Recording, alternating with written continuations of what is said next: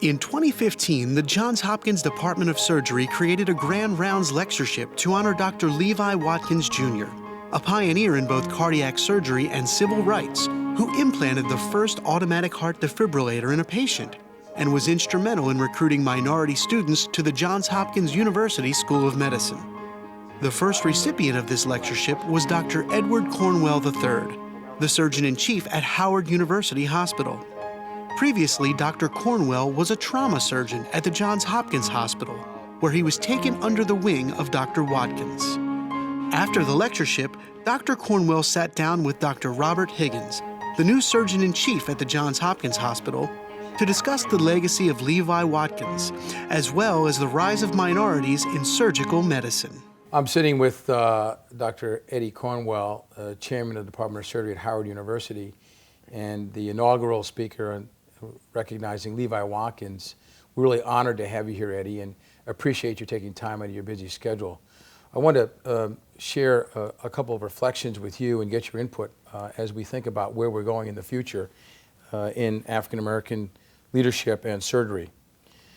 As you know, Dr. Watkins was an influential figure in American surgery, but particularly here at Johns Hopkins, because of his science, his mentorship, his community service. What did his legacy mean to you as a trainee and as a faculty member and a colleague? Levi was the inspiration behind my wanting to be out and active, involved in violence prevention. Levi was my inspiration in terms of what things we'd make available to students and residents who came through Hopkins, and literally he was my inspiration behind being willing to tackle some of the difficult research questions in our area.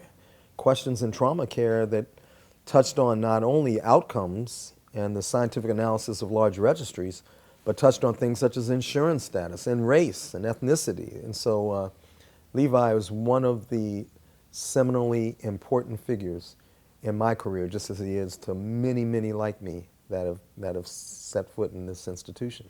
What do you think he would say about our future here as the baton is being passed to both you and I as African American leaders? I've heard him talk. I know what he would say. In fact, Levi was my speaker 11 months before his death. In May of 2014, he was my AOA Day lecturer. And the topic was about human defibrillation. His great scientific contribution was perfecting the ability to implant these defibrillators that address the risk of sudden cardiac death in many patients. But that talk wasn't just about that. It was about evolution, social justice, and Levi would largely make comments around the theme of we've come a long way, as Levi's own life personified, but we have a long way to go. Great. Really powerful, influential experiences. Mm-hmm. So as an African American leader in surgery, following Levi's footsteps, and we continue to echo his message, how can we carry on in the world of academia to be better and more inclusive here at Hopkins and across the surgical landscape?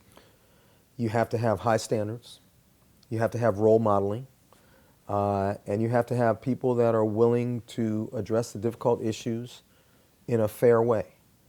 And I think we're now moving on to that next step.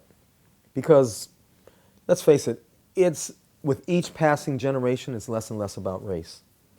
We have treated too long race as a biologic construct, when we know it's a social construct.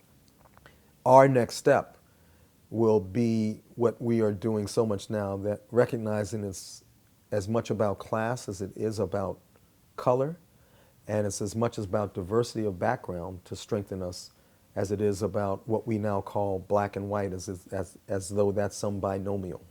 Fantastic. It's clear by your reflections today, by your grand rounds, by your presence, that we're lucky to have you as a member of our extended family and as a leader in American surgery. We look forward to great things as we train the next generation of surgeons. Thank you for your reflection and your time. Well, thank you, Bob. But let me just say, your appointment to this position of chair is historically important, tangibly important, and symbolically important. So there's a whole new group of people that are going to be thrilled and inspired by you. So Levi, come to the end, come back to where we began.